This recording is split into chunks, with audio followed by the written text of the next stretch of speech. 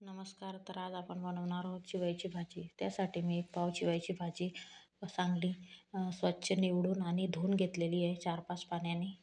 आणि 1 मोठा कांदा आणि 3-4 पाकळ्या लसूणच्या बारीक ठेचून घेतलेल्या आहेत. आणि ही चिवईची भाजी मी 3-4 पाण्याने स्वच्छ धुवून घेतलेली आहे, कारण ते जमीन समान येते, त्याला खूप माती असते, त्यासाठी ती भाजी 3-4 पाण्याने धुवावी लागते. धुतल्यानंतरच आपल्याला ते भाजी चिरावी लागेल. आणि आता ही भाजी आपल्याला बारीक चिरून घ्यायची आहे. आता ही भाजी आपली बारीक चिरून झालेली आहे. एकदम बारीक चिरायची असते आपल्याला तिला. आता आपली कढई तापलेली आहे. त्याच्यामध्ये आपल्याला 3 पळी तेल घालायचं आहे.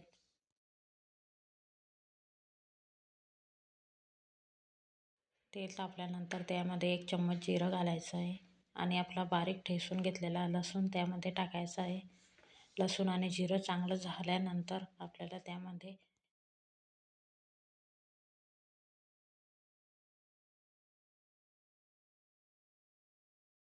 कांदा टाकायचा आहे.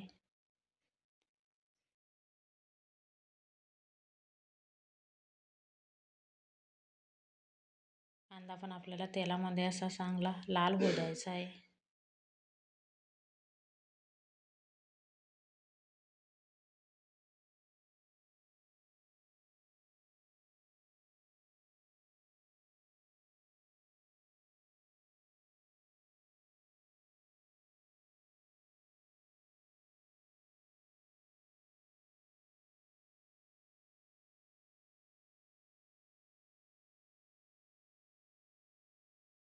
अशा प्रकारे आपला कांदा तेलामध्ये चांगला लाल होऊ द्यायचा आहे. त्यानंतर आपल्याला त्याच्यामध्ये 1 चम्मच हळद टाकायची आहे. हळद टाकल्यानंतर थोडं जाड तिखट टाकायचं आहे आपल्याला त्याच्यामध्ये. चवीनुसार आपल्याला तिखट घालायचं आहे. तुम्हाला जसं तिखट लागतं, तिखट फिक्कं तुम्ही जसं खात असाल तसं तुम्ही त्यामध्ये तिखट ॲड करू शकता. भाजी तिखटच चांगली लागते. तिखट तेलामध्ये चांगलं होऊ द्यायचं आहे. त्यानंतर आपल्याला तिखट झाल्यानंतर तेलामध्ये आता आपल्याला हे बारीक चिरून घेतलेली भाजी त्यामध्ये टाकायची आहे.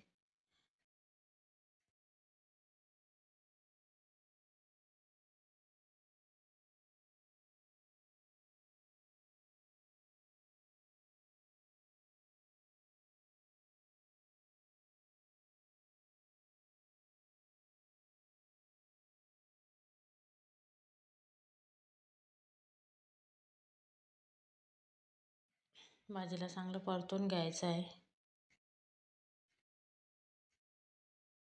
भाजी चांगली परतून घेतल्यानंतर आपल्याला 10 मिनटं कमी गॅसवरती ही भाजी होऊ द्यायची आहे.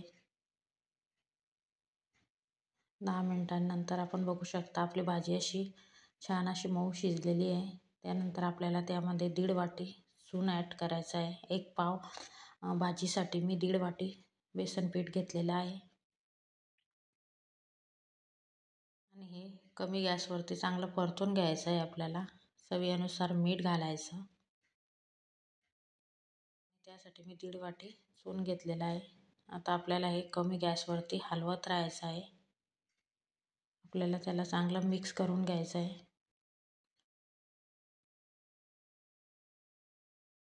अशा प्रकारे आपण चुनामध्ये चिवईची भाजी करू शकतो. जर आपण डाळीमध्ये खात असलं, मुटकाईमध्ये फुंडके म्हणतात, त्यामध्ये आपण खात असलो तर आपल्याला वेळ नसला घाई गडबडीमध्ये आपल्याला हे चुनामध्ये पण छान लागते ही चिवईची भाजी. अशा प्रकारे तुम्ही बनवू शकता.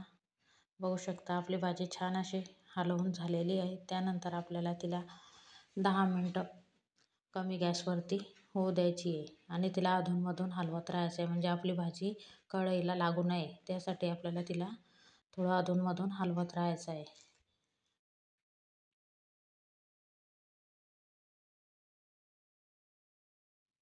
आणि तुम्ही बघू शकता आपण ह्या भाजीसाठी थोडंसुद्धा पाणी वापरलेलं नाही आहे.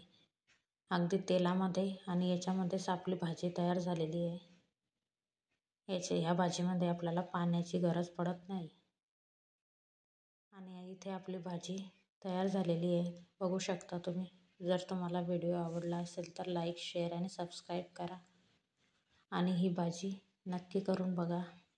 आणि वरतून तेल टाका, खूप छान लागते.